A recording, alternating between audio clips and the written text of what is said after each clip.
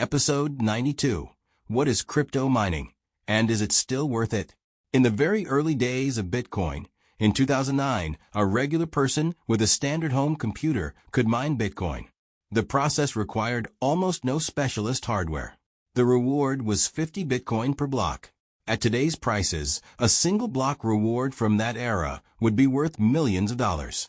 Today, mining a single block of Bitcoin requires enormous data centers filled with thousands of specialized machines, consuming as much electricity as a small town, run by publicly traded corporations with billion-dollar balance sheets. The landscape has changed beyond recognition. But mining still exists, it still matters, and for certain people in certain circumstances, it is still profitable. Understanding what mining is, how it works, and who it actually makes sense for in 2026 is more nuanced than most beginner guides suggest. Welcome to Crypto for Beginners. I'm Robin. Today we are covering crypto mining, the original method for earning cryptocurrency, the foundation of Bitcoin's security model, and one of the most misunderstood activities in the space. What is crypto mining? Crypto mining is the process by which new transactions are verified and added to a blockchain, and new coins are created and distributed to participants as a reward for doing that work. The specific type of mining associated with Bitcoin, and the type most people mean when they use the term, is called proof-of-work mining. Here is how it works. When Bitcoin users make transactions, those transactions are broadcast to the network and sit in a pool of unconfirmed transactions called the mempool. Miners collect a batch of these transactions and compete to be the first to add them to the blockchain as a new block. To add a block, a miner must solve a specific type of cryptographic puzzle. The puzzle involves finding a number, called a nonce, that, when combined with the block's data and run through a hashing algorithm, produces an output that meets a specific target. The target is defined by the network and automatically adjusts every 2 weeks to ensure that, on average, a new block is found roughly every 10 minutes regardless of how much computing power is on the network. Finding the right nonce requires no clever reasoning. It requires brute force. Miners try billions and trillions of combinations per second until one works.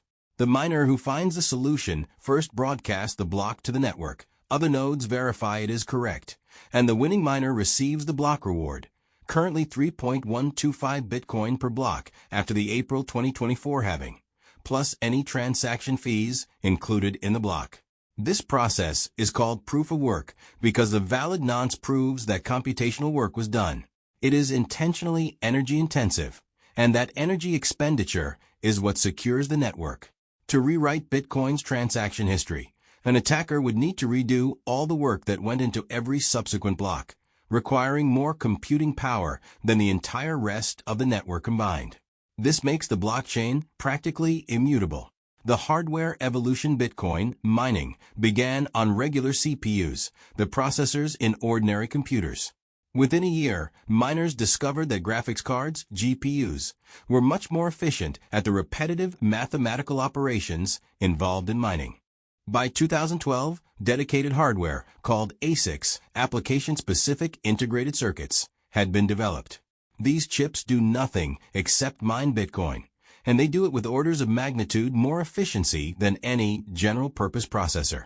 In 2026, mining is dominated by the latest generation of ASIC machines, with leading models from Bitmain and MicroBT achieving efficiencies measured in joules per terahash, a measure of how much energy is consumed per unit of computational work. The most efficient machines in 2026 operate at under 20 joules per terahash. Even a few years ago, machines operating at above 30 joules per terahash were considered competitive.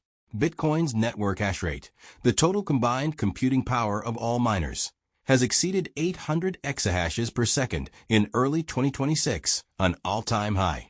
This means competition for the block reward is more intense than at any point in Bitcoin's history. Is it still profitable? The honest answer in 2026 is, it depends entirely on your electricity cost, and for most ordinary people the answer is no. The April 2024 having cut the block reward from 6.25 Bitcoin to 3.125 Bitcoin. This immediately halved miners' revenue from new coin issuance, while their costs remain the same. The halving is the single most significant recurring event in Bitcoin mining economics. The threshold for profitability in 2026 sits at roughly 10 cents per kilowatt hour of electricity or below. Industrial-scale miners in regions with very cheap electricity, certain parts of the United States using stranded natural gas, parts of Kazakhstan, parts of Canada with abundant hydropower, can operate profitably at this level.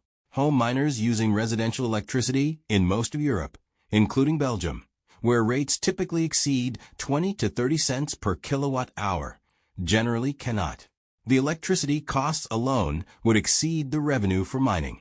There are exceptions. Miners running on surplus renewable energy, particularly solar panels that generate more electricity than a household consumes, can dramatically reduce their effective electricity cost.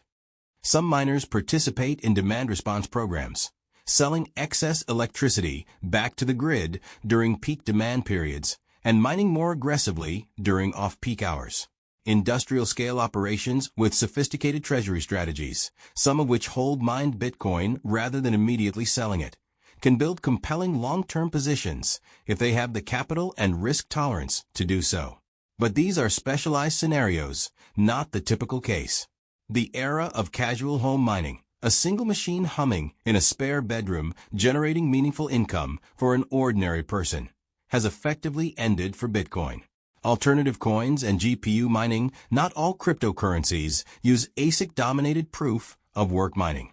Some have been deliberately designed to resist ASIC hardware, making GPU mining competitive. Monero, the privacy-focused cryptocurrency covered in your episode list, uses an algorithm called RandomX that is specifically optimized for CPU and GPU mining rather than ASICs. This keeps Monero mining more accessible to individuals with ordinary hardware. Ergo and Kaspa are other examples of coins that attract GPU miners in 2026. For someone interested in home mining without the capital for industrial ASIC infrastructure, these alternative coins are more realistic options than Bitcoin. The revenues are smaller in absolute terms, but the hardware investment is lower and the competition is less overwhelming. The environmental debate Bitcoin mining's energy consumption is one of the most contentious topics in the entire crypto space. The Bitcoin network uses roughly the same amount of electricity annually as some mid-sized countries. Critics argue this is an enormous waste of energy for a transaction processing system that handles relatively few transactions compared to traditional payment networks.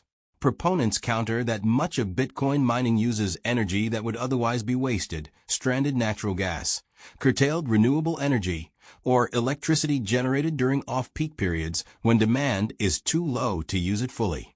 They also argue that the energy expenditure is the feature, not the bug. It is what makes Bitcoin's security model work, and that security is worth something.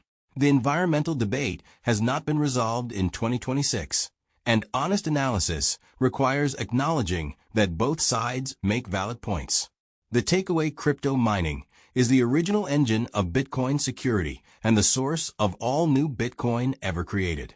As a concept, it is elegant and important.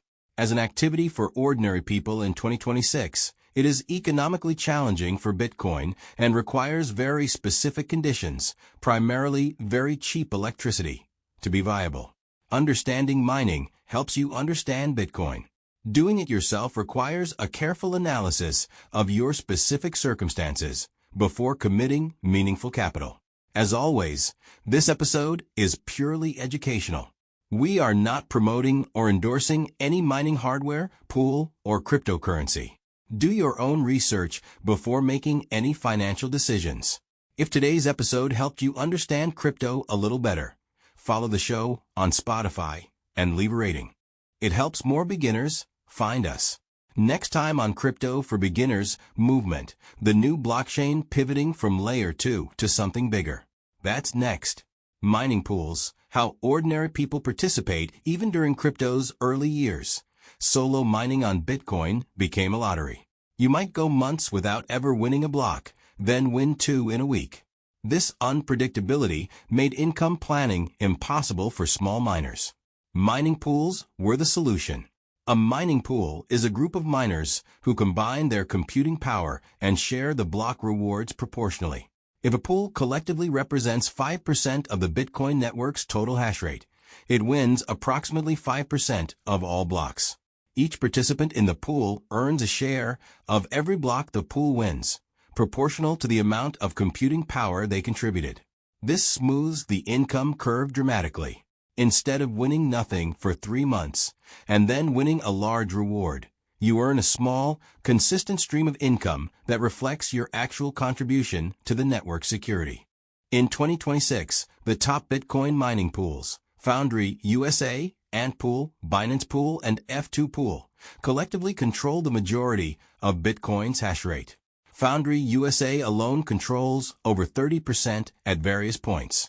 This concentration is itself a topic of ongoing debate in the Bitcoin community, as it creates at least theoretical centralization pressure on what is supposed to be a decentralized network.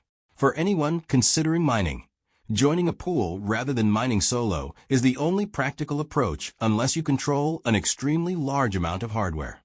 Cloud mining. And why to be cautious? Cloud mining companies offer to sell you a share of their mining capacity rather than requiring you to buy, operate, and maintain hardware yourself. You pay a fee, they mine on your behalf, and you receive a portion of the proceeds. In theory, this is a convenient way to access mining without the operational complexity. In practice, the cloud mining industry has an extremely poor track record.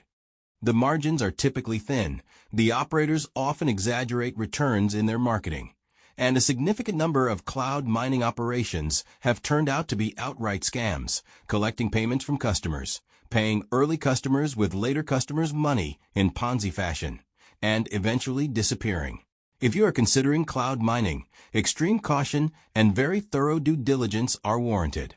The majority of independently reviewed cloud mining opportunities in 2026 are considered unprofitable or fraudulent by crypto security researchers.